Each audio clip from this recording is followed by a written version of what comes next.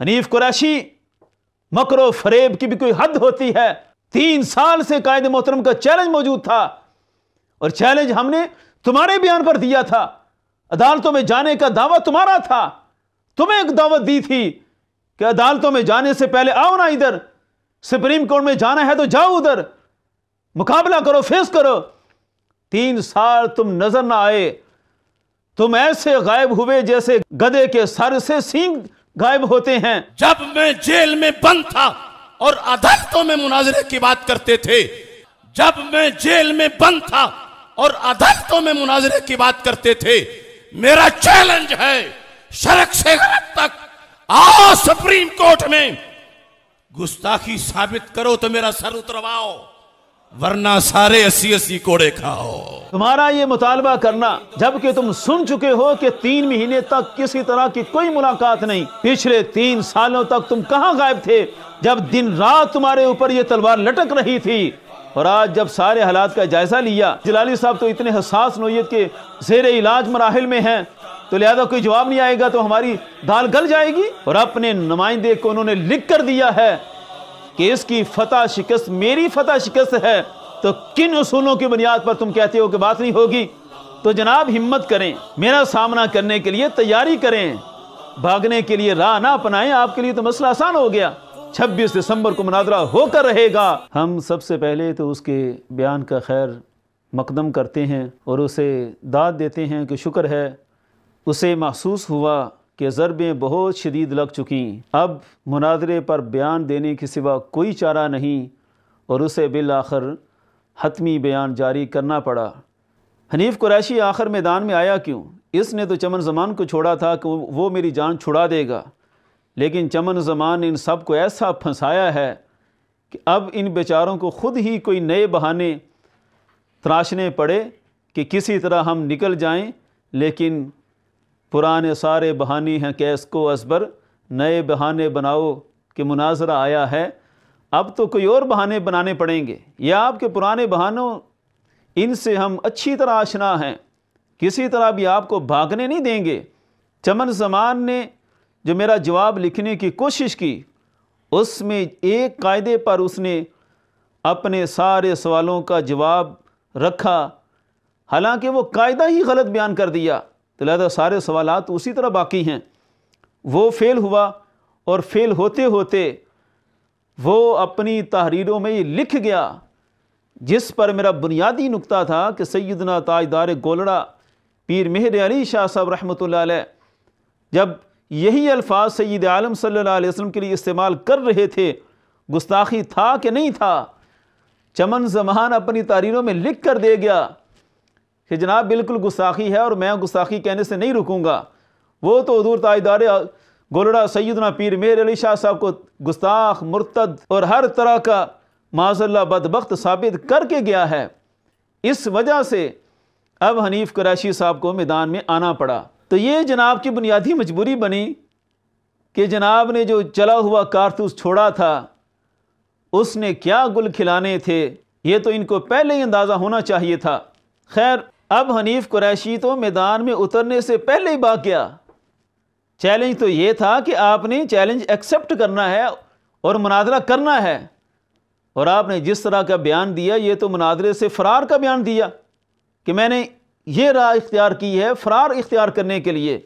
تو قصہ یہ ہے جناب, تمام عوام اہل سنت آگاہ ہیں کہ جس وقت ہمارے قائد محترم جیل میں تھے اس وقت حنیف قریشی چیخ چیخ کر کہتا تھا کہ میں عدالت میں جا کر دلائل دوں گا, میرے پاس دلائل کی فائل پڑی ہوئی ہے, بھرپور تیاری ہے. پتا تھا کہ قائد محترم جیل میں ہیں تو بڑھ کے مار لینا بڑا آسان ہے. اسی طرح سید کائنات کا بیرب ڈاکٹر لاہوری وہ گرفتار ہوا. اب چونکہ ڈاکٹر لاہوری صاحب کا مطالبہ تھا کہ مجھے سپریم کورٹ میں بلایا جائے, تو چونکہ ظاہر ہے ایک درجہ ہوتا ہے, پہلے ایک چھوٹا عالم ہوتا ہے, پھر بڑا درجہ ہوتا ہے, پھر بڑا درجہ ہوتا ہے, تو فوراً تو سپریم کورٹ میں نہیں آیا. ابھی چھوٹی کورٹ میں ان کو بلا دیا گیا ہے اور اب کیس عدالت میں ہے. تو انشاءاللہ العزیز جو ہم غلامان اہل بیت ہیں, سیدہ زہرا کے غلام ہیں, ہم وہ عدالت میں ثابت کریں کہ ان کی یہ بے ادبی نہیں ہے, ان کا یہ کیا گیا کلام یہ گستاخی نہیں ہے, اور ہم ثابت کریں گے کہ آپ کا کیا گیا کلام اور اس کی تشریح نہ صرف سید کائنات کی توہین اور گستاخی ہے، بلکہ جو بعد ازاں آپ کا کلام کیا گیا ہے اس میں کوئی نبی بھی آپ نے نہیں چھوڑا، اس میں کوئی ولی بھی آپ نے نہیں چھوڑا، اس میں کوئی دنیا کا کوئی صاحب عزت و وقار آدمی آپ کی اس کلام کی نشتر بازی سے محفوظ نہیں رہا۔ تو انشاءاللہ اب چونکہ کورٹ میں کیس چلا گیا ہے تو وہیں پہ یہ سارے چیزیں حل ہوں گی، دلائل بھی ہوں گے، اب مباحثے مناظرے سب عدالت میں ہوں گے۔ اس دوران ایک اور بھی شگوفہ ہوا جب مفتی جمیل صدیقی نے ہمیں چیلنج کیا بار بار، جس نے فتویٰ ناروال اپنے ہاتھ سے لکھا، 12 مفتیوں سے تیاری بھی کی اور اپنی لکھی ہوئی سطریں بھی پڑھنے سے قاصر رہا، وہ مفتی انا سبی۔ اس نے چیلنج کیا، ہم نے ایکسیپٹ کیا، قبلہ قائد محترم ابھی جیل میں تھے، اس نے بھی بھاگنے کے لیے یہی شرط رکھی کہ جناب میں نہیں مناظرہ کروں گا، تب کروں گا جب قبلہ جلالی صاحب لکھ کر دیں گے، پھر آگے بات چلے گی۔ حالانکہ واضح پتا تھا کہ جلالی صاحب تو ویسے جیل میں ہیں، وہ لکھ کر کیسے دے سکتے ہیں؟ خیر اس نے بھرپور بھاگنے کے لیے یہی شرط رکھی کہ یہ ہو جائے۔ اتفاق ایسا کہ قبلہ قائد محترم چند دنوں بعد ہی جیل سے رہا ہوئے اور قبلہ قائد محترم نے مجھے لکھ کر دے دیا، پھر اس کے پاس بچنے کی کوئی راہ نہ رہی، اپنی مسجد سے جو بھاگا تھا بالآخر اس نے خطابت چھوڑ دی، علاقہ چھوڑ دیا، سب لوگوں سے تعلق واسطے ختم کر دیے، لیکن ہمارا سامنا کرنے کے لیے وہ تیار نہ ہوا۔ یہی تدبیر آج حنیف قریشی چلنے کے لیے کوشش کر رہا ہے۔ اس کے مکر و فریب کو تو دیکھیں، ایک طرف کہتا تھا کہ میں عدالتوں میں جا کر دلائل دوں گا۔ ہمارے قائد محترم جب باہر تشریف لائے 20 نومبر 2020 کو، اس سے جو متصل جمعہ تھا، قبلہ قائد محترم کو جب ساری رپورٹس دی گئیں، قبلہ قائد محترم نے جو جمعہ پڑھایا تھا، یہ ساری تاریخ نوٹ کر لینا یوٹیوب سے، گجرانوالہ کی سرزمین پر، اس جمعہ میں ہمارے قائد محترم نے کھلا چیلنج دیا تھا کہ کدھر ہیں وہ مناظرے کے چیلنج کرنے والے، عدالتوں میں جا کر بیان دینے والے؟ اب میں باہر ہوں، کسی میں ہمت ہے تو سامنا کرے۔ یہ بیان موجود ہے۔ آج بھی رضائے مجتبیٰ کے پلیٹ فارم سے گوجرانوالہ کے مسلمانوں کو گواہ بنا کر میں حکومت وقت سے مطالبہ کر رہا ہوں کہ یہ سارے کیڑے مکوڑے یا جس کو مناظرے کا شوق لگا ہوا تھا، جب میں جیل میں بند تھا اور عدالتوں میں مناظرے کی بات کرتے تھے، جب میں جیل میں بند تھا اور عدالتوں میں مناظرے کی بات کرتے تھے، میرا چیلنج ہے شرق سے غرب تک آؤ سپریم کورٹ میں، گستاخی ثابت کرو تو میرا سر اترواؤ، ورنہ سارے 80 کوڑے کھاؤ۔ حنیف قریشی، مکر و فریب کی بھی کوئی حد ہوتی ہے۔ 3 سال سے قائد محترم کا چیلنج موجود تھا، اور چیلنج ہم نے تمہارے بیان پر دیا تھا، عدالتوں میں جانے کا دعویٰ تمہارا تھا، تمہیں ایک دعوت دی تھی کہ عدالتوں میں جانے سے پہلے آؤ نا ادھر، سپریم کورٹ میں جانا ہے تو جاؤ ادھر، مقابلہ کرو، فیس کرو۔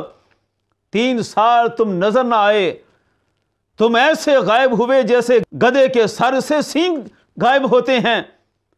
تم نے سب کچھ بھلا دیا، بھاگتے رہے کہ میری جان چھوٹ جائے۔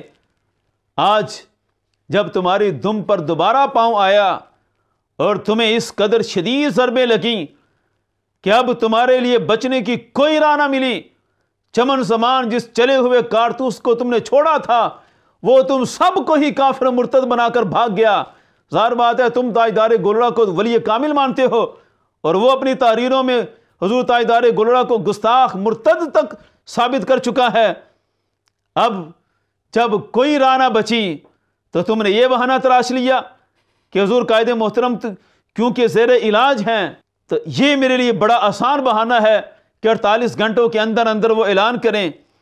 حالانکہ جس پوڈ کاسٹ کو دیکھ کر وہ جو صحافی سفیان رضا کے ساتھ ہم نے بڑے مہذب انداز میں تم سے گفتگو کی تھی، اس میں پہلا سوال تو یہ تھا قبلہ قائد محترم کی طبیعت کے لحاظ سے، اور اس میں میں نے بیان کیا تھا کہ حضور امام جلالی زیدہ شرفہ کا بڑا حساس نوعیت کا آپریشن ہے اور ہر طرح کی ملاقات بند ہے، 3 مہینے تک شاید وہ کسی سے بھی نہیں ملیں گے، حتیٰ کہ بڑے